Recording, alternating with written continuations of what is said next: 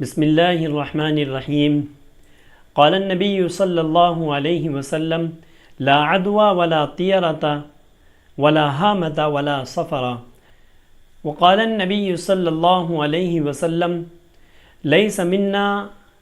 من تطیر او کما قال علیہ الصلاۃ والسلام۔ پیارے اسلامی ناظرین اور سامعین، اسلامی اعتبار سے دوسرا مہینہ جس کو سفر کہا جاتا ہے، یہ مہینہ شروع ہو چکا ہے، اور سفر کے مہینے کے اندر ہمارے ذہنوں کے اندر اور ہمارے خیالوں کے اندر بہت سی چیزیں رائج ہو جاتی ہیں۔ جیسے ہی سفر کا مہینہ آتا ہے، ہمارے عقیدے بدلنے لگتے ہیں اور ہم طرح طرح کے توہمات میں پڑ جاتے ہیں، اور بہت سی چیزیں ہمیں آپس میں ایسی دیکھنے اور سننے کو ملتی ہیں کہ جن کا اسلام کے اندر کوئی تعلق نہیں ہے اور جن کا اسلام سے کوئی بھی ربط اور جوڑ نہیں ہے۔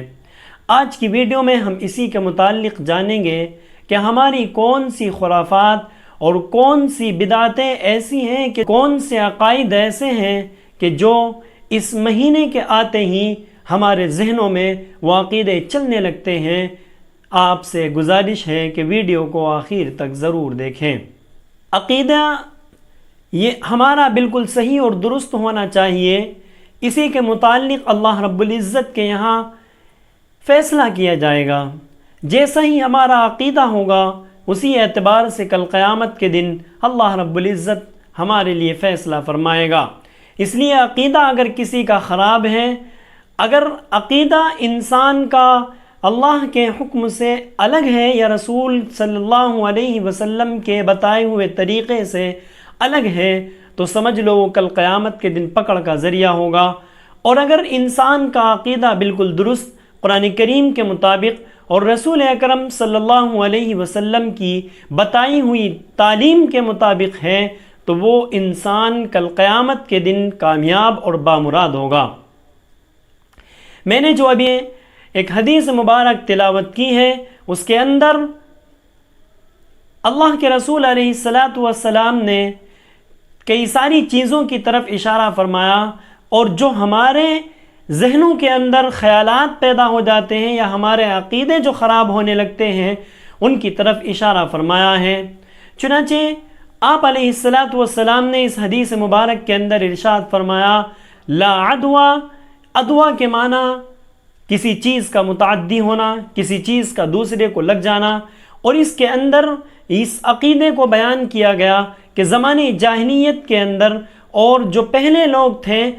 ان کا ایک عقیدہ خراب یہ تھا کہ اگر کسی کو کوئی بیماری لگ جاتی یا کوئی بیمار پڑ جاتا تو وہ اس سے دور بھاگتے تھے، اور وہ یہ کہتے تھے کہ اگر ہم اس کے پاس بیٹھیں گے، ہم اس کے ساتھ جائیں گے یا ہم اس کے ساتھ رہیں گے تو اس کی بیماری ہم کو لگ جائے گی۔ اس لیے وہ کہتے تھے کہ اس سے جس کو بیماری لگ جائے اس سے بچنا چاہیے۔ تو اس حدیث کے اندر اللہ کے رسول علیہ الصلاۃ والسلام نے اس غلط عقیدے کی تردید کر دی اور اس سے منع فرما دیا کہ کوئی ایک بیماری کسی دوسرے کو نہیں لگتی ہے۔ اسی طرح دوسرا عقیدہ جو اس حدیث کے اندر بیان کیا گیا، ولا طیرۃ، یعنی فال لینا نہیں ہے۔ اسلام کے اندر کوئی فال لینا، کہ زمانے جاہلیت کے اندر لوگ ایسا کیا کرتے تھے، اور آج بھی اگر ہم دیکھیں تو آج بھی یہ چیز پیدا ہوتی جا رہی ہے۔ ہم چونکہ غیروں کے ساتھ اپنا تعلقات بنا لیتے ہیں، ان کے ساتھ ہمارا رہن سہن ہو جاتا ہے، یا جو بدعتی لوگ ہیں ان کے ساتھ ہمارا آنا جانا شروع ہو جاتا ہے، تو ان کے جو خیالات ہیں اور جو ان کے عقیدے ہیں وہ آہستہ آہستہ ہمارے اندر بھی آنا شروع ہو جاتے ہیں۔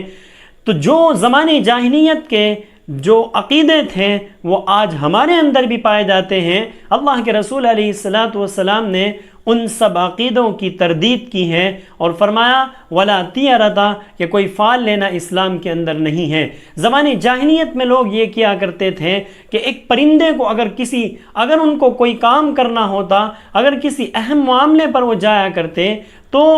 کسی پرندے کو اڑاتے تھے، اور وہ پرندہ اگر دائیں سمت کو جاتا اڑنے کے بعد تو وہ یہ سمجھتے تھے کہ یہ کام جس کام کے لیے میں جا رہا ہوں وہ کام کرنا میرے لیے ٹھیک ہے اور یہ کام میرے لیے خیر کا سبب ہوگا۔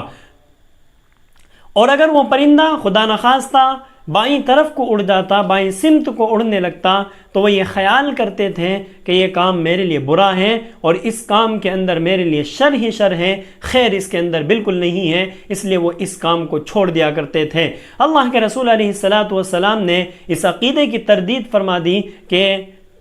اسلام کے اندر کوئی فال لینا، یہ اس کا کوئی طریقہ یا کوئی چیز اسلام کے اندر اس طرح کی نہیں ہے۔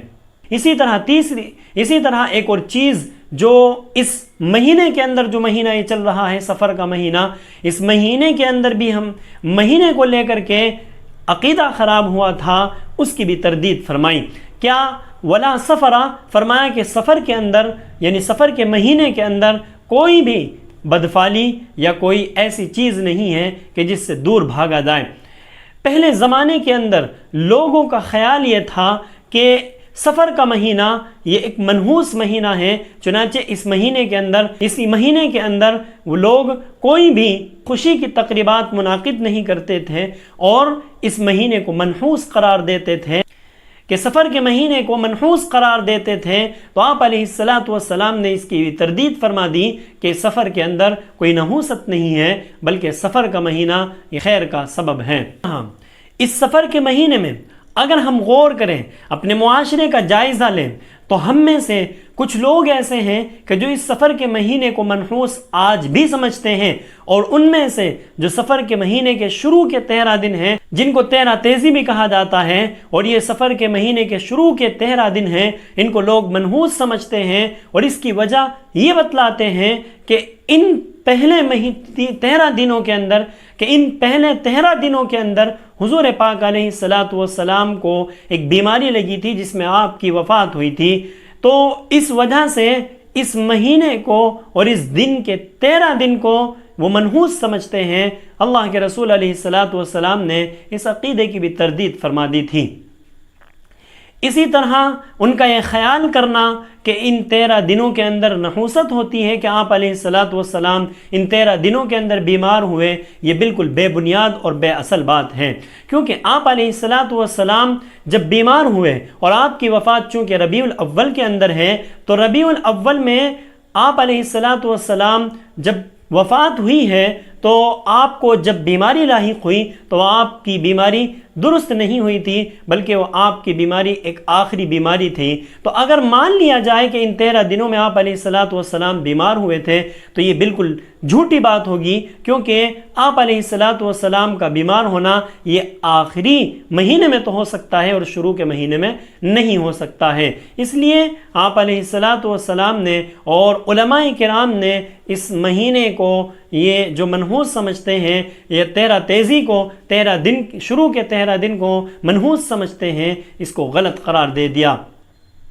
اسی طریقے سے سفر کے آخری 4 شنبہ یعنی جو مہینے کا آخری 4 شنبہ ہوتا ہے، بدھ کا دن ہوتا ہے، اس کو عید کا دن سمجھتے ہیں، اس کو خوشی کا دن سمجھتے ہیں، اور اس میں اپنی تقریبات بھی منعقد کرتے ہیں اور نئے نئے کپڑے پہنتے ہیں، اچھے اچھے پکوان کیے جاتے ہیں، اور وہ اس میں خیال ان کا یہ ہوتا ہے کہ اس 4 شنبہ کو آپ علیہ السلام اپنی بیماری سے افاقہ پائے تھے۔ تو آپ علیہ السلام کے افاقہ پانے کی وجہ سے اس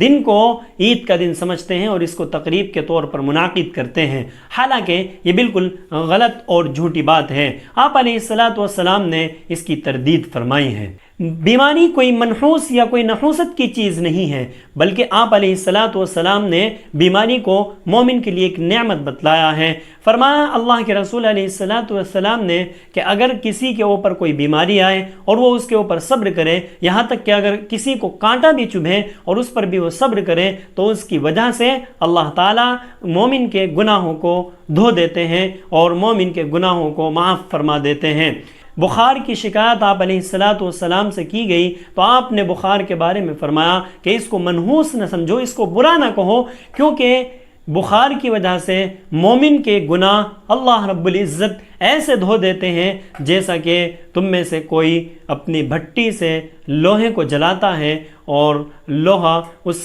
زنگ کو دور کر دیتا ہے، اسی طرح بخار کے آنے کی وجہ سے اللہ رب العزت انسان کے گناہوں کو دھو دیتا ہے، معاف فرما دیتا ہے۔ اس لیے بیماری کو بھی منحوس نہیں سمجھنا چاہیے۔ آج بھی ہمارے درمیان کچھ عقیدے ایسے ہیں کہ جو آج بھی چلتے ہیں، چنانچہ رات کو جھاڑو لگانا اس کو منحوس سمجھتے ہیں اور کہتے ہیں کہ اس سے غریبی آتی ہے، اور اسی طرح اگر کسی کو ہچکی آئے تو یہ سمجھتے ہیں کہ ہمیں کوئی یاد کر رہا ہے، حالانکہ یہ بالکل بے بنیاد بات ہے۔ اور اگر کسی کے یہاں کوئی کوا بولے تو سمجھتے ہیں کہ مہمان آنے کی امید ہے۔ اس طرح یہ چیزیں اسلام کے اندر نہیں ہے، ان سب چیزوں سے ہمیں بچنا چاہیے۔ اور اگر بلی راستہ کاٹ جائے تو سمجھتے ہیں کہ جس کام کو ہم کرنے جا رہے ہیں اس کام کو نہیں کرنا چاہیے، اس سے رک جاتے ہیں۔ اسلام نے ان سب باتوں کی تردید کی ہے۔ پیارے دوستو، آج کی ویڈیو چونکہ بہت اہم ہے اور عقیدے سے تعلق رکھتی ہے، اور عقیدہ اگر ہمارا خراب ہوگا تو ہمارا ایمان بھی خطرے میں جا سکتا ہے، اور کسی کا عقیدہ یہ بچانا ہمارے لیے ضروری ہے۔ اس لیے اپنے یار دوستوں کو اور اپنے احباب کو اس ویڈیو کو صدقہ جاریہ کے طور پر ضرور شیئر کریں تاکہ وہ بھی ان سے فائدہ اٹھا سکیں اور اپنے عقیدے کو درست کر سکیں۔